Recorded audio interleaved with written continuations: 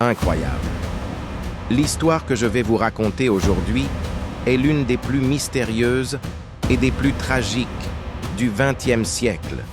C'est l'histoire d'un homme qui a tenté de tromper le monde entier.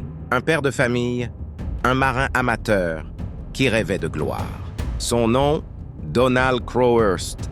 Nous sommes en 1968 en Angleterre. Donald est ingénieur, marié, père de 3 enfants. Son entreprise est au bord de la faillite, il risque tout perdre. Alors il prend une décision insensée, participer à la toute première course autour du monde en solitaire.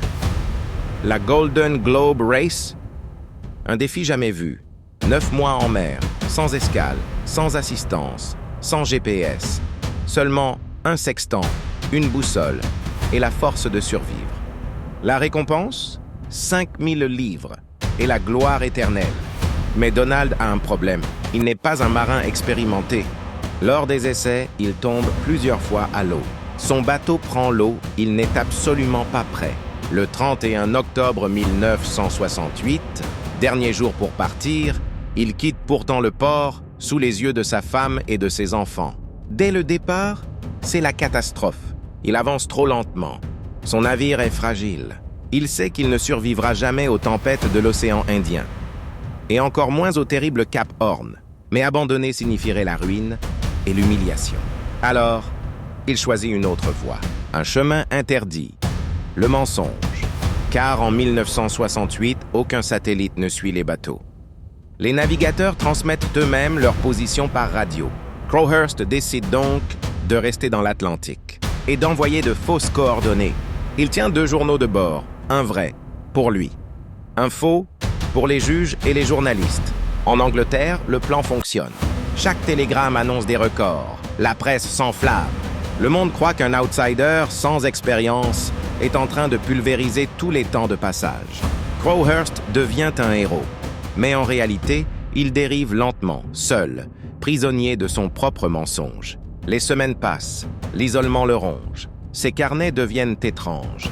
Il écrit sur Dieu, sur la vérité, sur l'existence, comme si son esprit s'effritait peu à peu. Puis, tout bascule. Ses fausses positions le placent en duel avec un autre marin, Nigel Tetley. Tetley, croyant être poursuivi, pousse son bateau au maximum, jusqu'à le briser. Il doit abandonner. Et soudain, Donald Crowhurst est seul en tête de la course. L'Angleterre prépare son triomphe. Des affiches, des fêtes, des centaines de milliers de personnes l'attendent à l'arrivée. Mais Donald sait la vérité.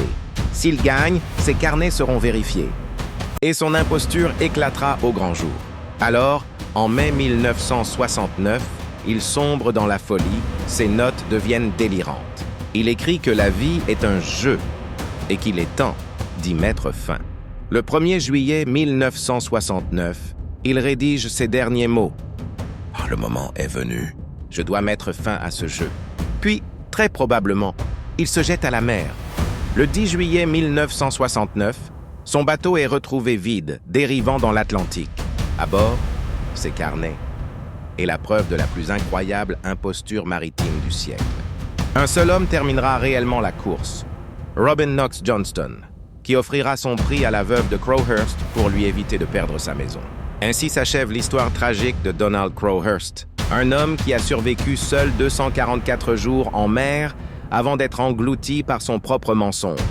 Et vous, qu'en pensez-vous? Était-il un génie ou un fou désespéré? Donnez-moi votre avis en commentaire et abonnez-vous pour découvrir d'autres histoires vraies, aussi incroyables que celle-ci.